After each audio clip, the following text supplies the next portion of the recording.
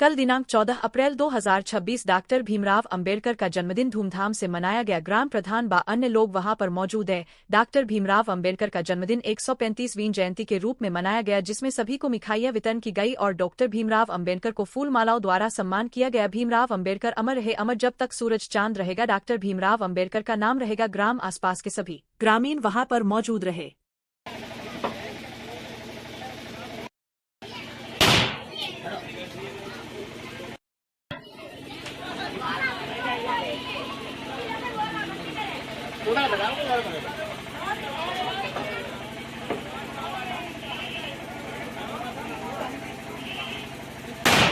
धन्यवाद।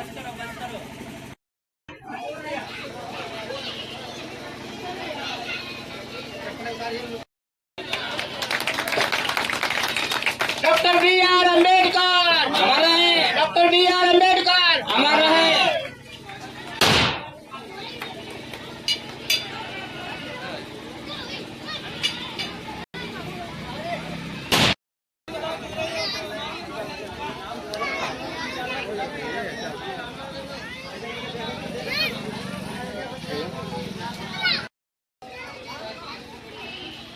श्री गंगाराम जी आए, बाबा साहब पर माल्यार्पण करें।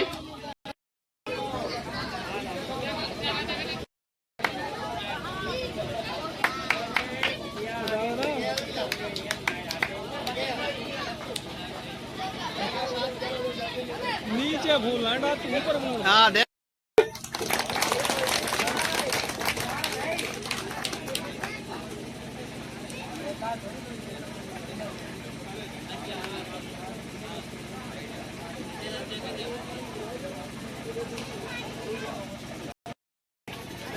है ना चैनल पे जाओ।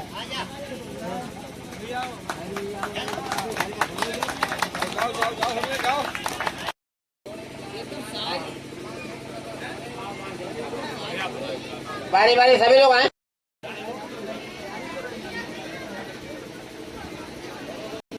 फोटो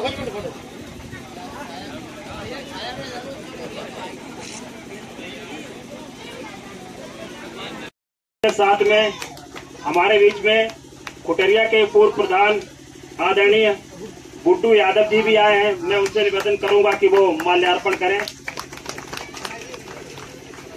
बहुत बहुत धन्यवाद।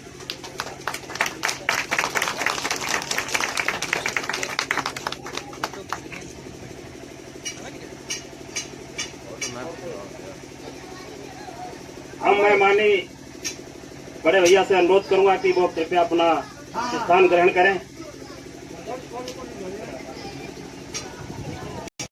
छोटे भाई मुलायम सिंह यादव जी बैठे हैं, मैं उनका भी बहुत बहुत स्वागत करता हूं। श्री शिवराम यादव जी जो ये भी हमारे बीच में बैठे हैं, मैं इनका भी स्वागत करता हूं।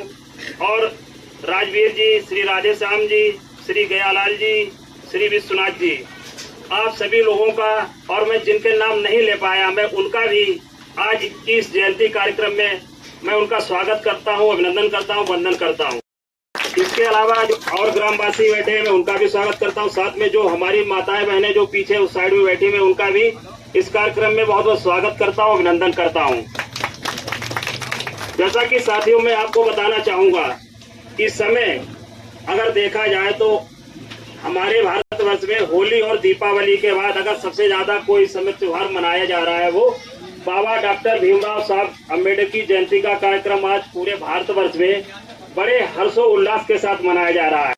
हमारे दलित, पिछड़े, अल्पसंख्यक, वंचित समाज के लोग जो हैं, उनके लिए अधिकारों की गारंटी है। उन्होंने एक ऐसे भारत की संकल्पना की थी कि यहाँ पे हमारे जो लोग हैं वो जात से ना पहचाने जाए, बल्कि अपने काम से और योग्यता से पहचाने जाएं। तो हम लोगों को अधिकार की बात आई तो हम उसके लिए, और जो झुकेगा वो गिर जाएगा। इन्हीं सब बातों के साथ मैं पुनः आप सभी का बहुत बहुत धन्यवाद देता हूं, बहुत बहुत स्वागत करता हूं कि आप सभी लोगों ने हमें यहां आमंत्रित करने का मौका दिया। आप सभी साथियों को बहुत बहुत धन्यवाद। कर सकते अनुयायियों को जो इस पंडाल में आए हुए हैं, उन सभी को, मातृत्व शक्ति को, पितृत्व शक्ति को और हम सभी साथियों को हमारा सादर प्रणाम। आप लोगों ने जो ये कार्यक्रम किया है को दिलाया है संविधान जैसी महान पुस्तक के माध्यम से। बाबा साहब ने सारे बच्चों के लिए एक सूत्र में यही कहा था कि शिक्षा वो शेरनी का दूध है जिसको पढ़ के लोग दहाड़ते हैं। शिक्षा का शाब्दिक अर्थ होता है नैतिक गुणों का विकास करना, ना कि कोई कमर्शियल व्यापार करना।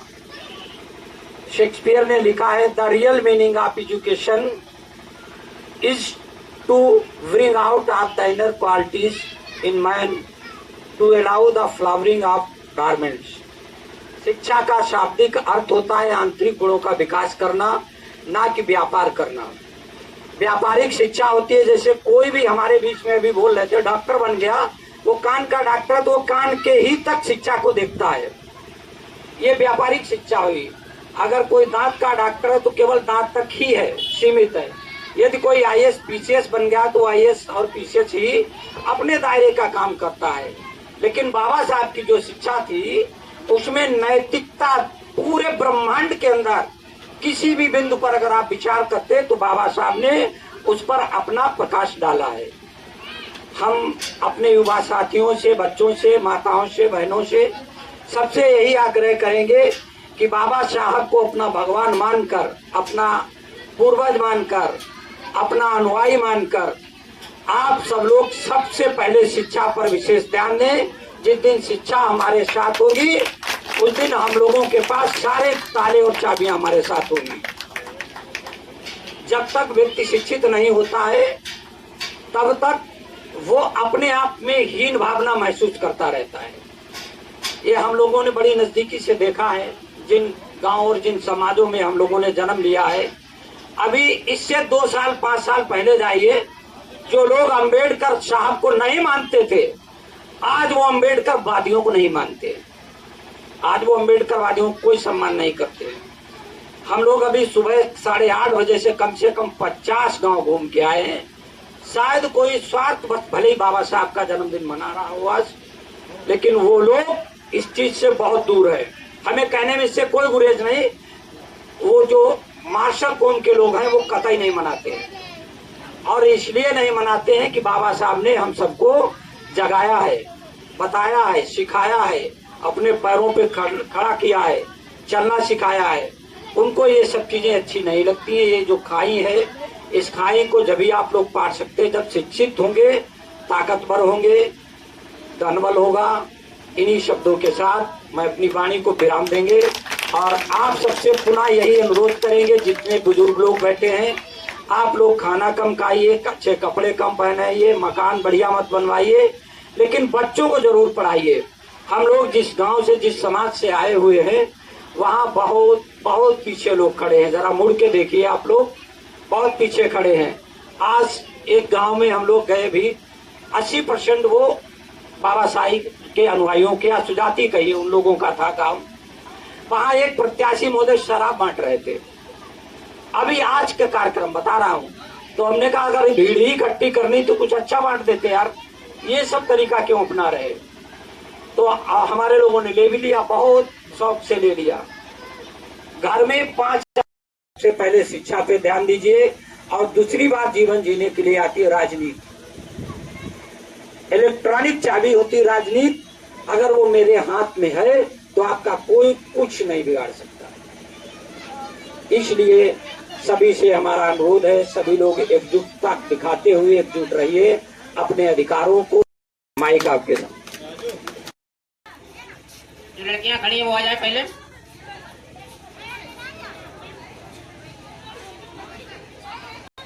बाबा साहब के चरणों में पुष्प अर्पित करें।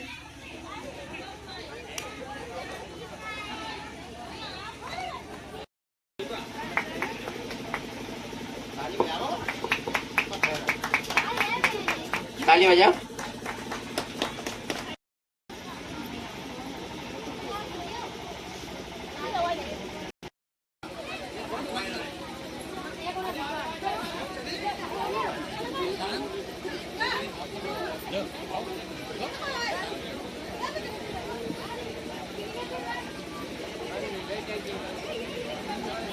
धूप बत्ती जला